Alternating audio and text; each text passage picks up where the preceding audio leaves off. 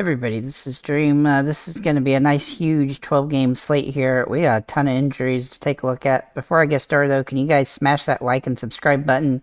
Also, if you don't mind sharing the video on, whatever platform you want, like Facebook or Twitter or whatever. With that said, let's get into the injury report today. So we have the Cavs with Mitchell, Garland, and Neto all questionable. For the Miami Heat, Bam is questionable and Butler is out. For the 76ers, Harden is out. Embiid and Thibault are both questionable. For the Nets, Kyrie, Simmons, and Curry are all out. For the Bulls, Drummond is out and White is doubtful. For the Hornets, Rozier is doubtful and Hayward is out.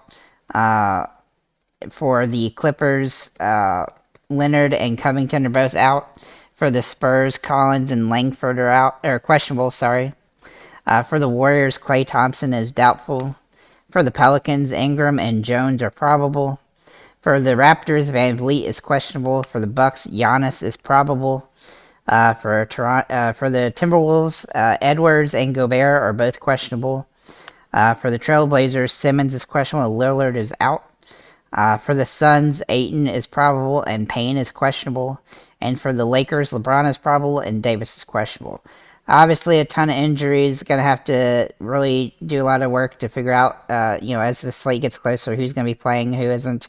Obviously, going to have to check on those injury reports. But that said, I've got some good players here that are in great spots, and there's quite a few guys actually in really good spots today.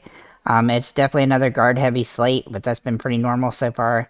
So I do like the slate decently, more than I thought I would based on the size. Sometimes on these huge slates, when they're 12 games, it's really hard to get 8 to 10 guys that you really like, or maybe a few more than that. But it's because usually there's like an overabundance of underpriced players. But today I feel like there's a pretty solid amount, but it's not like so much that you're just gonna feel like you want to use 30 different players. But overall, I've got about 20 guys here to take a look at. So let's go and get in the guards here. So first we're going to look at D'Anthony Melton, who's just too cheap here on DraftKings for his potential in this game. Now that Harden is out, he should have plenty upside, and he should be the starter. And he would even get more run if Embiid ends up being out as well. But I still like him at this price point at $4,400. He's just too cheap here on DraftKings.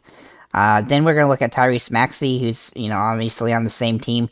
He's going to have to run the offense for the 76ers, and his price point is still pretty good.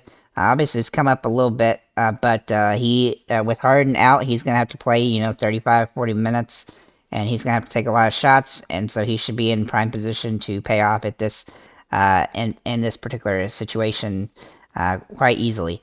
And then we're going to look at Edmund Sumner. Now, this is a little bit risky so far at this point, but he should be the starter for Kyrie.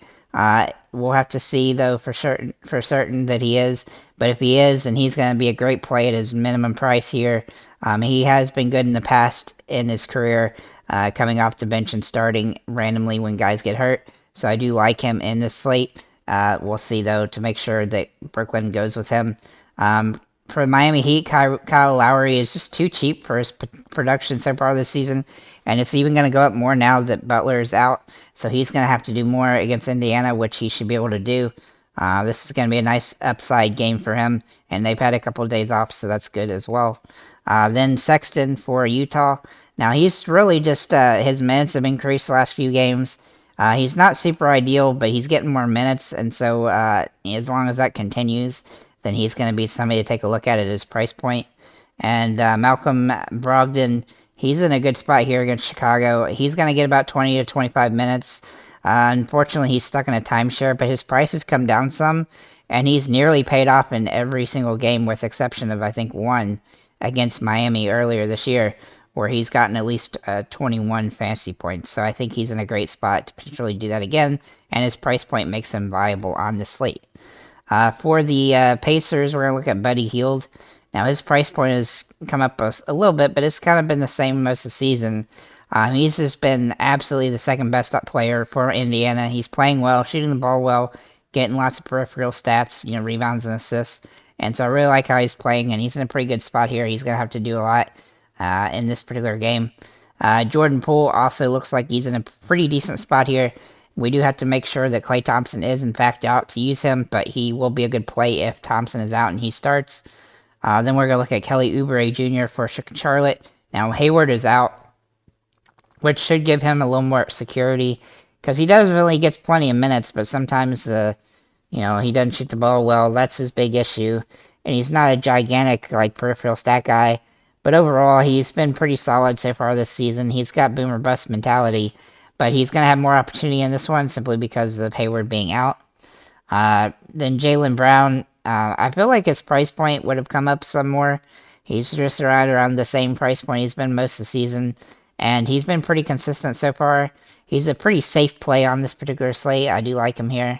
And then we're going to look at Tyler Hero, who's been absolutely good with Oladipo out.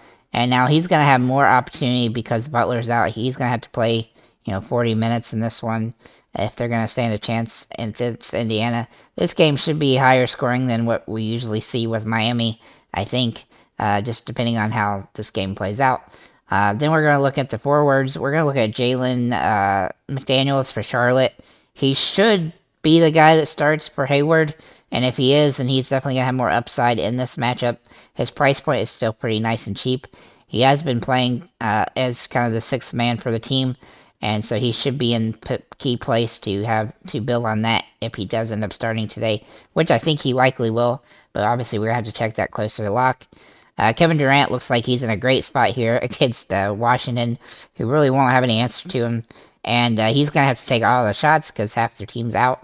38 minutes of Kevin Durant shooting, 25 shots probably.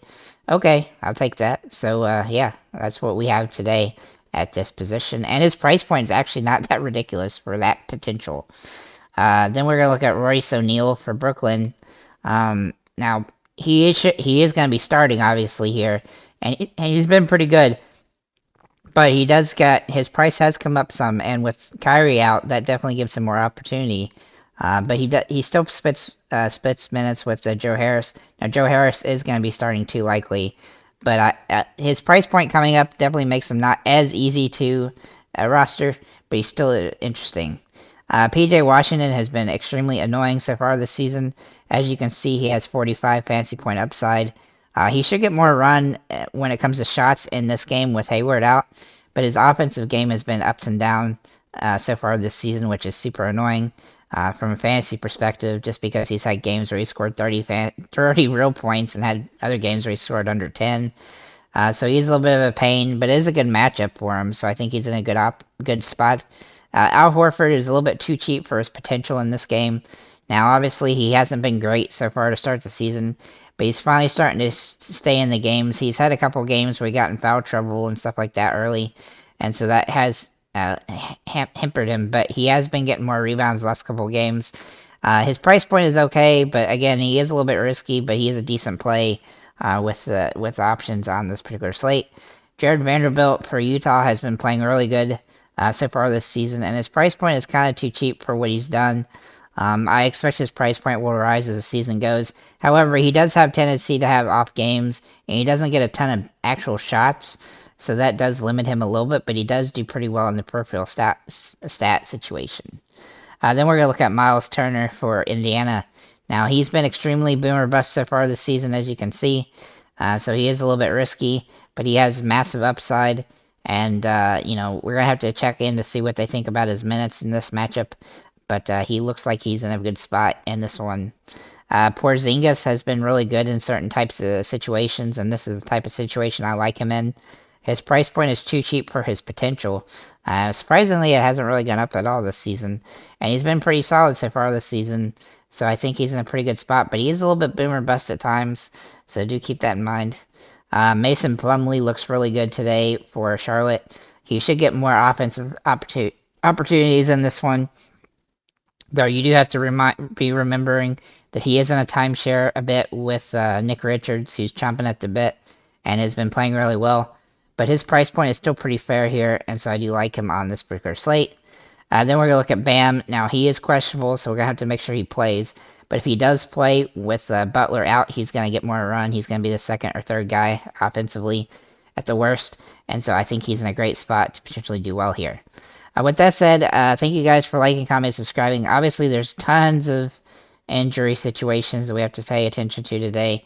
And so, obviously, if certain guys get ruled out, that's going to change a lot of dynamic of the slate overall. But we do have a really good starting point here, and I think we got a lot of good plays available, regardless of how the injury situation plays out. So, again, thank you guys for liking, commenting, subscribing. If you have any comments or questions, leave them below in the comments. If you don't mind sharing the video, and have a nice day, guys.